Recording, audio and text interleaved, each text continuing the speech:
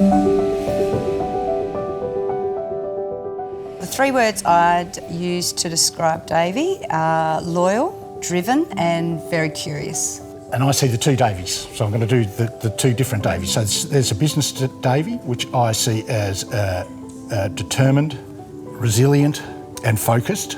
Then I see the Davie outside of work. He's good-natured, he's got a great sense of humour, and he's quite a humble fella. Why do I love my son? I probably love my son because he's a lot like me, and we tend to have a really solid bond built around almost the same way of thinking, I suppose. On the more daddy side of things, you know, he's just been, he was just such a cute kid growing up, and he was the one that would come fishing with me when no one else would go. He'd come out camping and, you know, I took him in little tinnies in croc-infested waters and he'd come along with me, whereas no one else would do that. So it's a big part of why I love him. But, you know, look, he's a special young guy. He still gives me a hug. There's a lot to love about him. I went to a parent-teacher interview in Year 10. I sat down and the homeroom teacher, he just absolutely lambasted Davie and said, this kid's going nowhere and it's hopeless and da da da da da. And I got it from another teacher, and then I got a rave review from another teacher, and I got in the car with Davie and I said, mate, what's going on? Where are we going with this? To his credit, it was like instantaneous. After that evening, he changed his whole attitude towards his schooling and he really got stuck into it, and a really proud moment for us to see him turn that corner. To the point with the next parent-teacher, we went to the science teacher and he just looked at us and said, I've never seen a student turn his attitude around in my whole 45 years of teaching. Yeah, so it just shows Davie can do whatever he decides to do.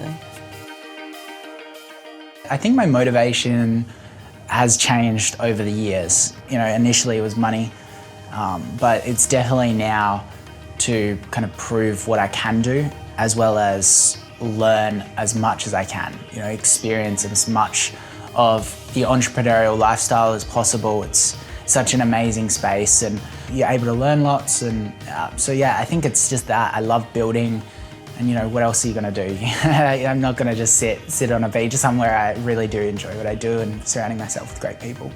So I think entrepreneurs always have, you know, common traits. Everyone is different and how they go about things, but I think entrepreneurs are always intellectually curious. They always want to understand, you know, what makes the clock tick. Also, they're incredibly resilient.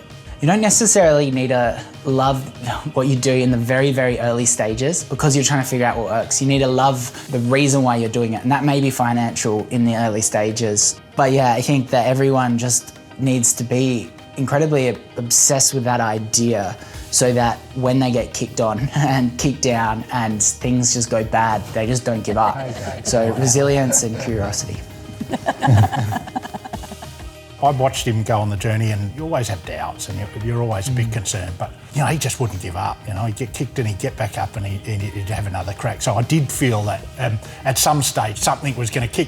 Yeah. What I didn't ever conceive was the scale with which he would do it. Yeah, I think nobody really knew how big this could get, and I think that there's a lot of variable factors that one could say is luck. That, you know, we feel very lucky that it's gotten this big. You know, there's a lot of knowledge, there's a lot of hard work that has created that luck, but yeah, I don't think anyone expected to get this big.